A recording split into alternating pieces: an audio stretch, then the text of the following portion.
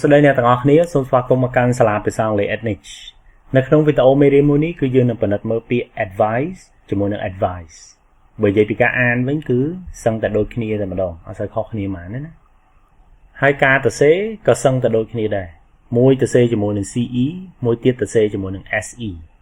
ប៉ុន្តែពេលប្រើប្រាស់អាចខុសមានអ្នកខ្លះគាត់ប្រើពាក្យនឹងខុសហើយពាក្យនឹងគឺជាពាក្យមួយស្ថិតនៅក្នុងកម្រិត intermediate ដែរអញ្ចឹងនៅពេលដែលអ្នកទាំងអស់គ្នាទៅប្រឡងទៅអីហ្នឹងប្រយ័ត្នពីព្រោះយើងអាចប្រើវាច្រើនដែរណាអញ្ចឹងឥឡូវនេះយើងទៅមើលថាតើពាក្យ advice CE ជាមួយ advice SE ហ្នឹងវាខុសគ្នាមិនវិញ advice នៅពេលដែលយើងទៅសេ CE ចេះគឺវាជា noun ហើយវាមានន័យថាជា suggestion about what someone should do it's uncountable អញ្ចឹងវាគឺជា suggestion ឬក៏ recommendation យើងប្រាប់គេឲ្យធ្វើរឿងអីមួយផ្ដល់ជាគំនិតឲ្យគេណាអានឹងគឺជា advice ហើយយើងប្រើវាជា noun អ្វីដែលសំខាន់ជាលក្ខណៈវេយ្យាករណ៍គឺវា uncountable បើសិនជាអ្នកទាំងអស់គ្នាចង់រៀនភាសាអង់គ្លេសតាមរយៈវីដេអូមេរៀនខ្លីៗអញ្ចឹងអ្នកទាំងអស់គ្នាគួរតែប្រើប្រាស់ app Ednich Online ចំណាយត្រឹមតែ 2000 រៀលក្នុងមួយថ្ងៃអ្នកទាំងអស់គ្នានឹងទទួលបានទី1វីដេអូមេរៀនថ្មីៗមានជារៀងរាល់សប្តាហ៍វីដេអូមេរៀនអាចតាក់ទងជាមួយនឹងពាក្យវេយ្យាករណ៍តេស្ត IELTS តេស្ត TOEFL លក្ខណៈទី2គឺអ្នកទាំងអស់គ្នាមានលំហាត់សម្រាប់អនុវត្តធ្វើមើលវីដេអូមេរៀនហើយមានលំហាត់ធ្វើទៀតទី3គឺអ្នកទាំងអស់គ្នាអាចចោទជាសំណួរបានមើលវីដេអូមេរៀនអត់យល់អាចសួរចង់ដឹងអំពីការសិក្សាភាសាអង់គ្លេសមានប្រសិទ្ធភាពក៏អ្នកទាំងអស់គ្នាអាចសួរបានដែរលោកគ្រូអ្នកគ្រូនៅលើ app Ednich Online នឹងឆ្លើយជូនអ្នកទាំងអស់គ្នាចាប់អារម្មណ៍ចង់ប្រើប្រាស់ app Ednich Online សូមតាក់ទងទៅ Telegram ដែលមានលេខ011 45 55 67 Let me give you some advice stay away from Margaret ខ្ញុំឲ្យយោបល់អ្នកបន្តិចកុំនៅចិត្ត Margaret ពេកអញ្ចឹងគេនៅទីនេះយើងប្រើ advice ជា noun ហើយនៅពីមុខគេដាក់ពាក្យ some មិន n ណាគឺ some អញ្ចឹងបើយើងដាក់ n ខុសហើយ She gave him a lot of advice but I don't think he listened គេថានាងបានឲ្យយោបល់ទៅគាត់ច្រើនណាស់ប៉ុន្តែខ្ញុំគិតថាគាត់អត់ស្ដាប់ទេអញ្ចឹងនៅទីនេះគេប្រើ a lot of ឃើញទេមិន n ទៀតដោយសារ a lot of យើងអាចប្រើប្រាស់ជាមួយ countable noun ក៏បាន uncount ក៏បានអញ្ចឹងហើយបណ្ដាក់ជាមួយនឹង advice បានដែរ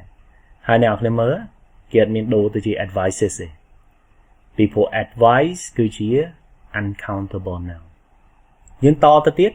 ចុះបើសិនជាយើងចង់ប្រើប្រាស់វាជាលក្ខណៈ countable វិញតើយើងធ្វើម៉េច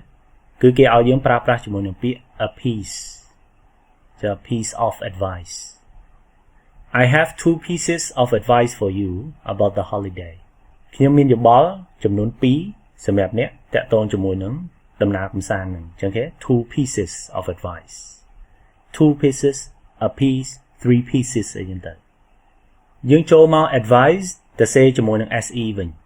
we use the verb advise to mean to give someone advice ចឹងន័យដូចតែគ្នាទេគ្រាន់តែប្រើជា verb វិញណា I strongly advise you to lose weight ខ្ញុំទទូចខ្លាំងឬក៏ផ្ដល់កំណត់មួយខ្លាំងទៀតឲ្យអ្នកឯងសម្រកទម្ងន់ទៅចឹងយោបល់យើងមិនឲ្យលេងហ្នឹងក៏ឲ្យតែហឹងមកចឹងមិនគេដាក់ពាក្យ strongly They finally did what we advised ចុងបញ្ចប់ពួកគេបានធ្វើរឿងអីដែលយើងផ្ដល់យោបល់ឲ្យពួកគេធ្វើ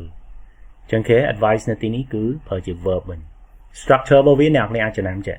advise somebody to do something ជាទូទៅនៅពេលដែលអ្នកនររៀន verb អ្នកទាំងអស់គ្នាគួរតែព្យាយាមរក structure ចឹង advise somebody to do something let somebody do something permit somebody to do something អីចឹងទៅ